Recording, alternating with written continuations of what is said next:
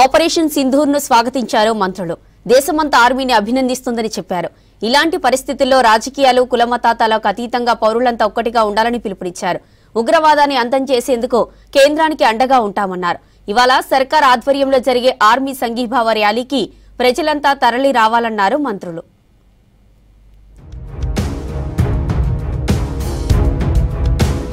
Operation సింధూరును దేశమంతా అభినందిస్తోందన్నారు మంత్రి ఉత్తమ్ కుమార్ రెడ్డి. పహల్గాం ఉగ్రదాడి ఘటనకు భారత సైన్యం తీసుకున్న చర్యను అభినందించారు. సిడబ్ల్యూసీ చైర్మన్ అతుల్ జైతో భేటీ అయ్యారు రాష్ట్ర నీటిపారుదల శాఖ మంత్రి ఉత్తమ్ కుమార్ రెడ్డి. మేడిగడ్డ బ్యారేజ్ పునరుద్ధరణ, కృష్ణానదిపై టెలిమెట్రీ వ్యవస్థ ఏర్పాటు, సమ్మక్క సారక్క, పాలమూరు రంగారెడ్డి ప్రాజెక్టులకు నీటి కేటాయింపులపై చర్చించినట్టు తెలిపారు. పహల్గాం సంఘటన తర్వాత భారత సైన్యం పాకిస్తాన్ ఆక్యుపైడ్ కాశ్మీర్లో 8-9 టెర్రర్ క్యాంప్స్ పై దాడి చేయడం ఇది సరి అయిన చర్య. మొత్తం దేశం హర్షిస్తుంది, భారత సైన్యాన్ని అభినందిస్తుందని చెప్పి మేము మనవి చేస్తున్నాం. పాకిస్తాన్ ఉగ్రదాడికి భారత్ ప్రతీకారం తీర్చుకుందన్నారు మంత్రి పొన్నం ప్రభాకర్. భారత సైనికుల ఆపరేషన్ సింధూరుకు సంఘీభావం తెలుపుతూ సిద్దిపేట జిల్లా కోహెడలో జరిగిన జాతీయ జెండాల ప్రదర్శనలో పాల్గొన్నారు. దేశ భద్రత కోసం కేంద్ర ప్రభుత్వం ఏం చేసినా కాంగ్రెస్ పూర్తి మద్దతు ఇస్తుందన్నారు పొన్నం. సరిహద్దు పక్క దేశాలకు సంబంధించినటువంటి వాళ్ళతో ఉండేటువంటి భద్రతకు సంబంధించి రాజకీయాలకు అతీతంగా, పార్టీలకు అతీతంగా కేంద్ర ప్రభుత్వం తీసుకుంటున్న చర్యలకు పూర్తిగా మద్దతును ప్రకటిస్తూ గౌరవ రాష్ట్ర ముఖ్యమంత్రి గారు కూడా సమీక్ష చేసినారు.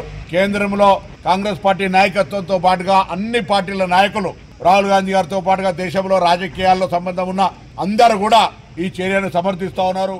దేశానికి తెలంగాణ ఆర్టీసీ రోల్ మోడల్ గా నిలుస్తుందన్నారు మంత్రి పొన్నం ప్రభాకర్. కొత్త ఆర్టీసీ బస్సులు కొనుగోలు చేశామని, ఇకపై జర్నీ మరింత సులభం అవుతుందన్నారు. ఆర్టీసీకి ప్రతి నెల ప్రభుత్వం 330 కోట్లు చెల్లిస్తుందని తెలిపారు. సిద్దిపేట జిల్లాలో ఆర్టీసీ బస్సులో ప్రయాణించారు మంత్రి పొన్నం ప్రభాకర్.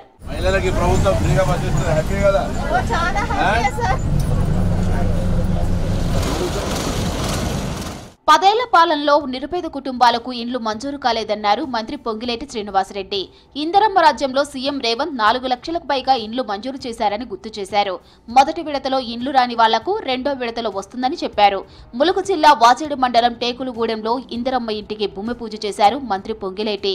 8,19,000 కోట్లు ఆనాటి దొరవారు అప్పు చేసి ఆ భారాన్ని ఆ పేదోడి నెత్తిన పెట్టిపోయినా పేదోడి కళ నెరవేర్చడం కోసం మన ఇందిరమ్మ ప్రభుత్వం తల తాకట్టు పెట్టైనా ఈ రాబోయే 4 సంవత్సరాల్లో 20 లక్షల ఇళ్లు రాష్ట్ర వ్యాప్తంగా పేదోడికి కట్టించాలని దృఢ సంకల్పంతో ఈనాడు పనిచేస్తుంది.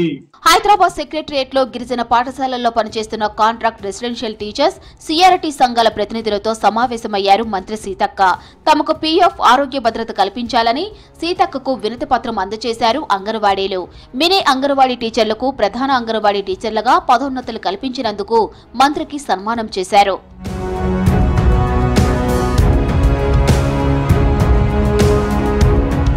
ఖమ్మం నియోజకవర్గ కాంగ్రెస్ పార్టీ సంస్థాగత సన్నాహక సమావేశాన్ని నిర్వహించారు మంత్రి తుమ్మల నాగేశ్వరరావు. త్వరలో జిల్లా అధ్యక్ష పదవికి ఎన్నిక ఉంటుందన్నారు. పదవుల కోసం కాకుండా పార్టీ కోసం పనిచేసే వాళ్లకు పదవులు వస్తాయన్నారు.